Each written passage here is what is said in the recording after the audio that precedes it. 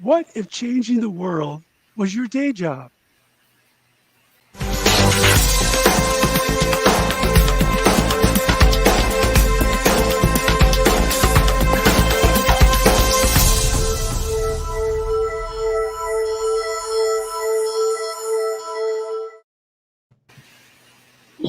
Welcome to Communicate for Impact Live, sharing stories, making connections.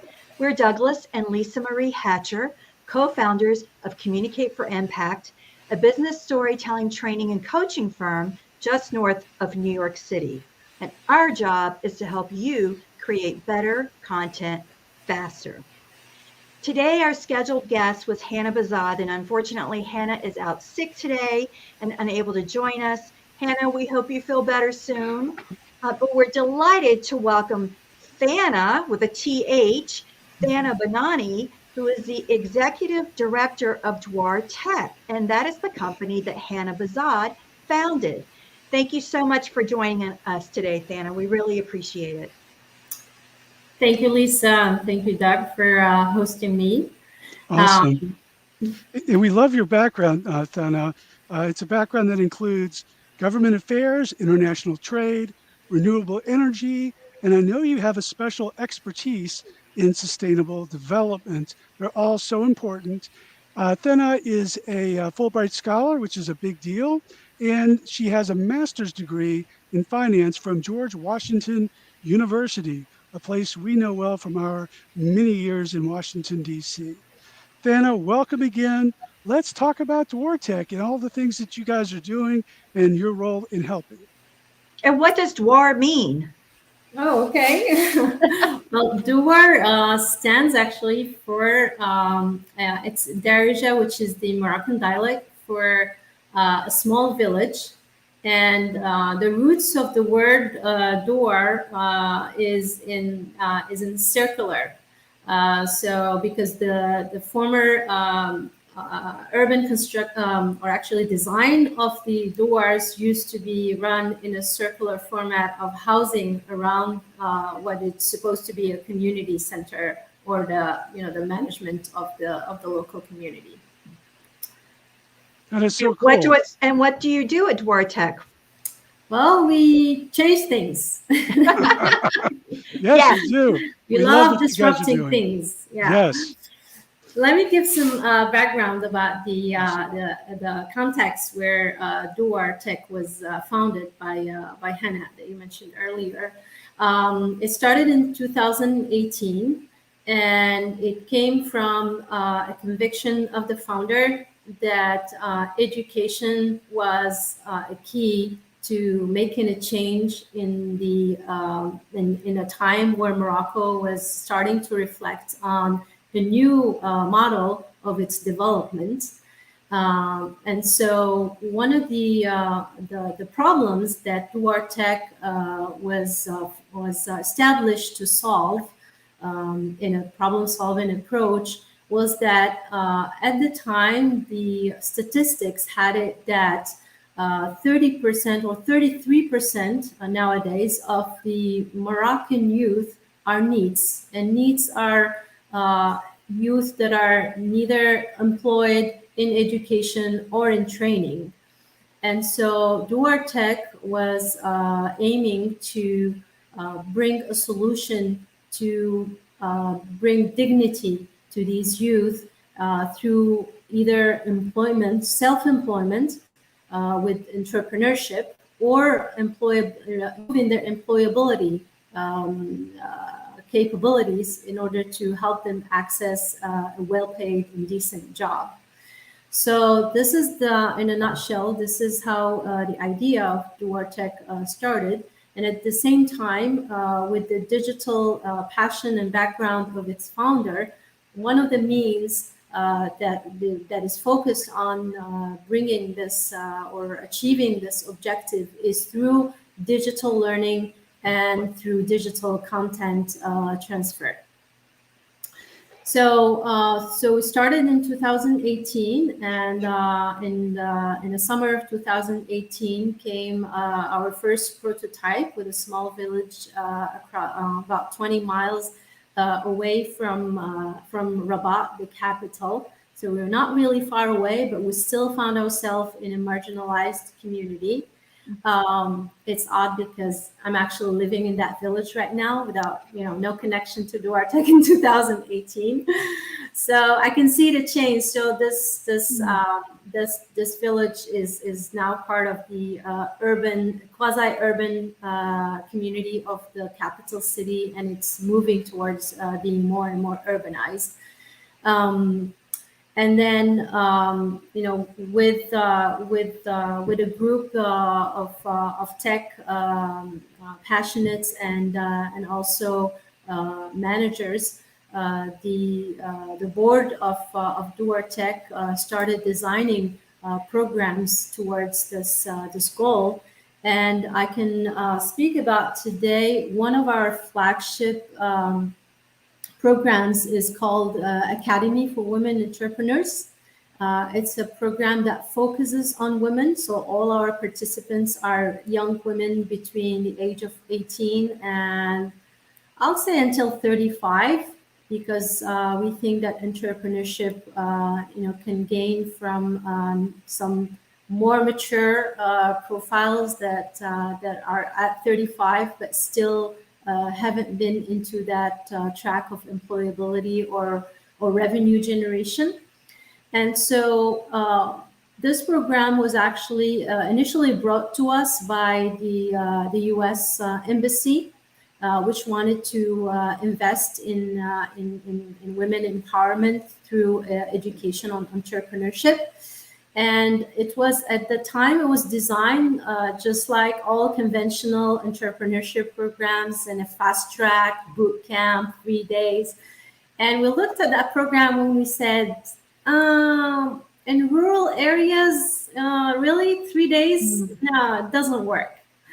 And so we negotiated with the U.S. Embassy's team that was implementing that program to extend the time of that program into 6 months instead of a couple of weekends.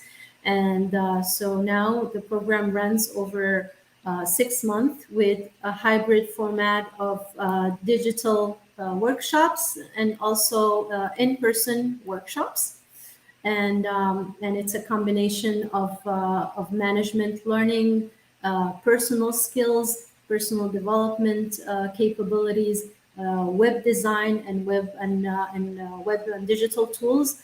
But the very keen aspect about this program is the knowledge transfer embedded in the program. So every participant has to implement a facilitation workshop on her own in her chosen community in the subjects that she feels very most comfortable about, and she also has to communicate about it. She has to organize it all the way, and she has to report on the problem that was addressed and all the solving tools that were proposed in her community.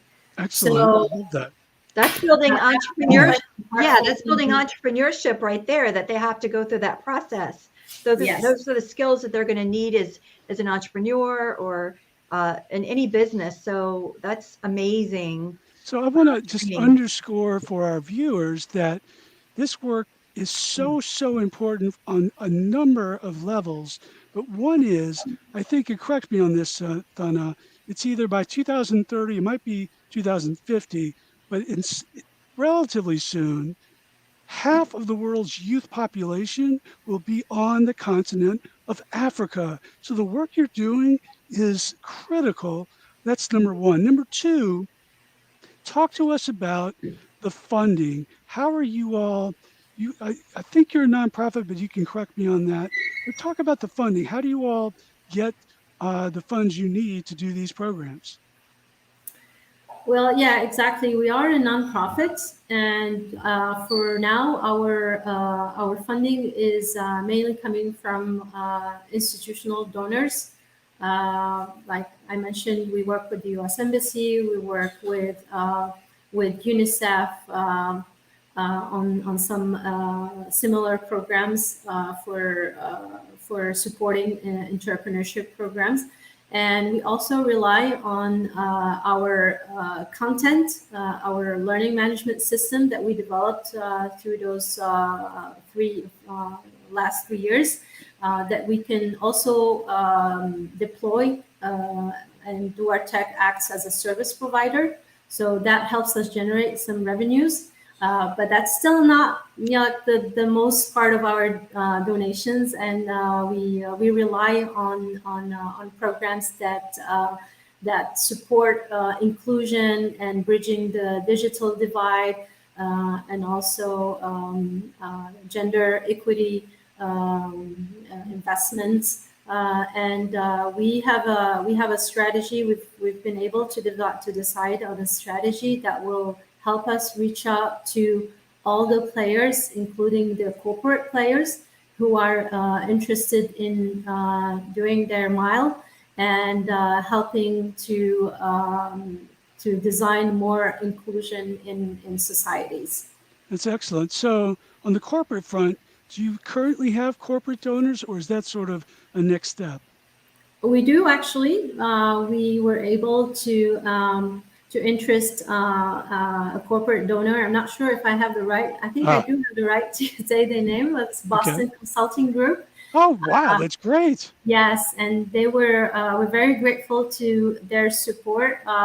They actually came as co-funders for one of our programs where some of the participants, because of their level of poverty, were not able to even travel to the location of the in-person trainings, and thanks to their commitment, we actually were able to not exclude them just because their financial situation does not allow them to participate.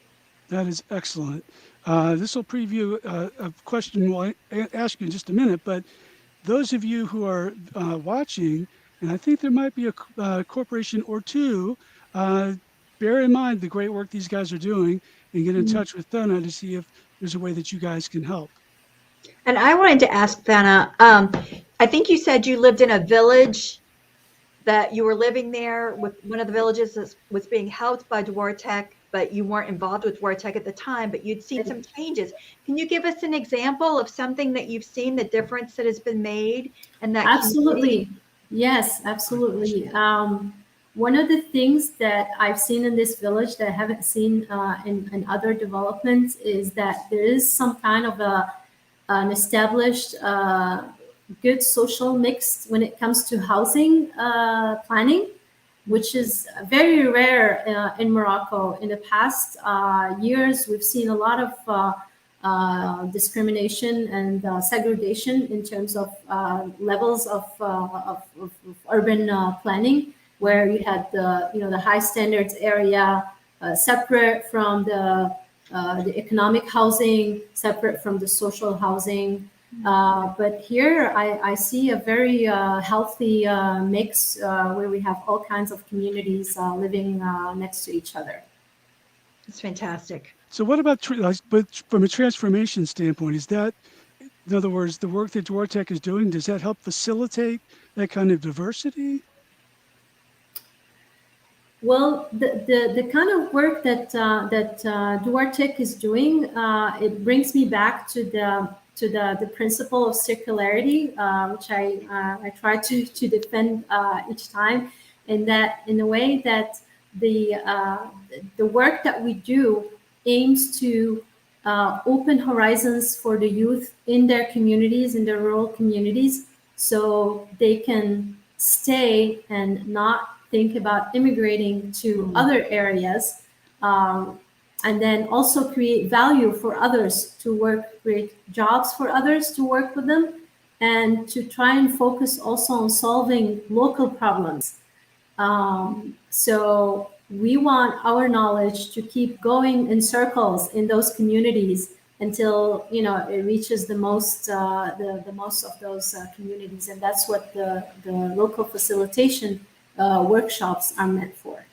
That's so interesting. I mean, I know in the US, but in other places around the world, keeping your youth back home as opposed to having them sort of Want to grow up and move out. Yeah. exit to other places is so important.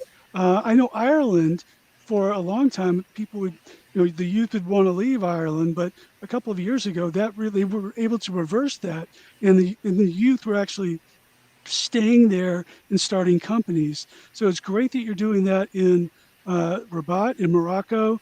I'm wondering if down the road your work could be a template for other countries on the continent or other countries around the world. I hope so, at least. I think we're working now, we're focusing on Morocco, but we also participate in many African events, and we have exchanges with African programs because we want our also our experience to be duplicated in other communities, and we also want to learn from other experiences and how we can improve our, if I say, our education model. Mhm. That's Yeah, excellent. Santa, is there something that you've learned in the last 6 months that you would like to share with our listeners today? Absolutely. Although I don't have 6 months, I actually arrived in October. Okay. But it's okay. Yes, So I it's did learn agreement. something. I am a field person, and when I joined DoorTech, my first curiosity was to go on the field and see how things were done. Mm. So I made sure I attended the first in-person workshop in a little town called Chefchaouen, where the participants actually were very few participants were from the town, and the rest of them were from the villages around Chefchaouen. So I knew that there was 80% of this classroom that were from the rural villages. And what I learned is that some communities need space and time in order for their collective intelligence to rise. And this is one of the things that our programs offer. The fact that they run over 6 months creates a trustworthy space where the participants, they exchange among each other. They deploy in peer mentorship, where the most privileged, they transfer their knowledge to the ones that have the least level of education, very little linguistic capabilities, and also the space, the fact that we have them together, because we run the first edition of our Academy for Women Entrepreneurs. We're obliged to run it in a completely virtual format because of COVID, and we didn't see this. But when we did the second edition and we were able to gather the young women in one space for 3 days, where they sometimes they shared some lodging capabilities because they came from other villages. That created a sisterhood bond where they continued to support each other with the learning, with the growth of their enterprises. With the resources that each have, they share them. With the market information they had, the connections also, they started opening their networks, and we've seen that. I mean, I haven't seen it. This example I'm listing, I've been told about by my colleagues. There was a lady in the first edition who came, and she was very outspoken and all the time, and she spoke about her business, she defended her business, and she was convinced that she was better off the rest of the ladies who were in the program, and that she wasn't sure she wasn't going to continue because she wasn't really positive that she was learning anything new. And then she ended up staying. Not only she ended up staying, but she changed from 100% egocentric learner to 100% giver. She became a teacher. She wanted to leave.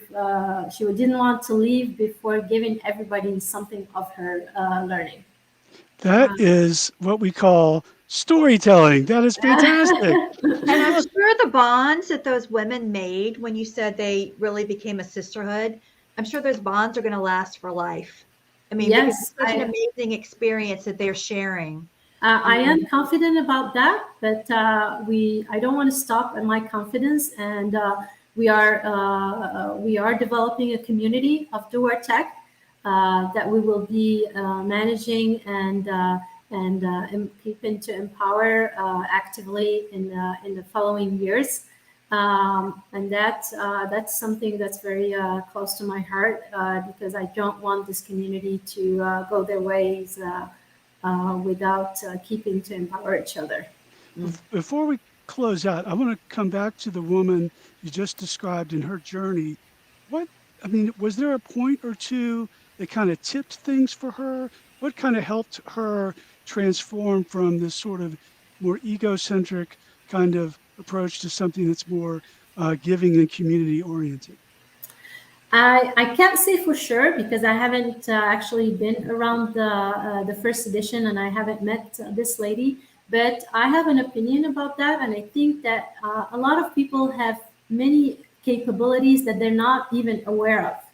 So once they are part of a group where they see that they have something to give, and they become grateful for the capability of giving, I think that that raises their self-esteem and that gives them power to go beyond their self needs and start impacting others. And I'm sure that Tech helps to facilitate that, helps to foster that. No? I am positive that the space and the time that we give to those participants, along with the learning, the soft skills, but also with the monitoring that we strive to deploy, also with the mentorship programs that we make available to them, and also the active listening that we foster towards their development, and also the care. I think the primary word is to care, and that's something is very important in our recruitment. For example, we don't want we want people to be very caring in their nature because those populations are that's what these populations are in need. When you're marginalized, what you need is somebody to care. That's so well said. And you make me think about the fact that caring is a form of investment. It's really one of the best forms of investment. Not that you expect anything in return, but it's a great way to show that you are invested in somebody else. It's a human-centered investment. Yes, you are right. And I can say that even if you don't expect to a return on that investment, the return is there, and we already starting to see it. In fact, our alumni are already our teachers. So we get a lot. We get several alumni that come back and they want to be guest speakers about their experience. They want to be mentors for other participants in the following editions. They want to help with the capabilities that they feel they're very good at. And they're also our ambassadors. They speak about us. They wherever they go, they say I've been through this program and you should go there. You should or if they speak to an institutional, they would say you should really start looking at this model because we think that's what works. Creating ambassadors is such a great thing to do. Um, Look, as we close out here, Thena, we always like to ask this question. Is there a challenge that you're facing where one of our viewers might be of some help? Good question. Yes, actually, we are, as a young organization today, we have been able to define our key performance indicators. which are related to our results and outcomes. But I think there's something more important, and that is the key impact indicators. So we want to be able to define and identify what are our sought after impact indicators, so that are important to, that also speak to the social change, speak to the economic change, but also speak to the donor community, in order for us to be able to match the need of investors who are interested in achieving that impact, and also donors who and institutionals who would like to partner with us in order to for us to support their objectives and the impact, especially when they're government related. So, Hannah, Go ahead. what's the best way for people to reach you? If someone thinks they can help, or they just want to learn more about Duar Tech, what's the best way for them to reach you? Well, they can. I don't know if I have a way of sharing my my email. They can either Just, contact tell me. people. Okay, they can contact us by email. And please, I encourage anyone to, if they have a question or they want to learn more about something that I could have mentioned, to get in contact with us. We also are present What's your email address? at I think I can write it, right? Yeah, right. And then Yeah.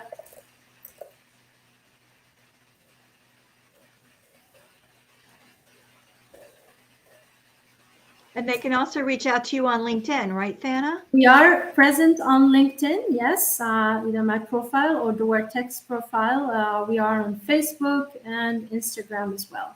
So it's Thana, T as in Tom, Yes. H as in Hannah, A as in Apple, N as in Yes. Nancy, A as in Apple, E as in Edward, at D as in David, Duar.tech.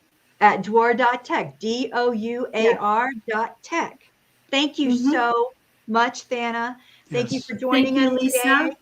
Thank you. And to our viewers, we'll have a recording of this episode on our homepage at communicate4impact.com. And while you're there, please make sure to download your free ebook, Business Storytelling from A to Z, 26 Insights and Tips to help you tell a better story. Stay safe, everyone. Stay healthy, Thana. And thank you again so much. Thank you. Thank you. Bye-bye.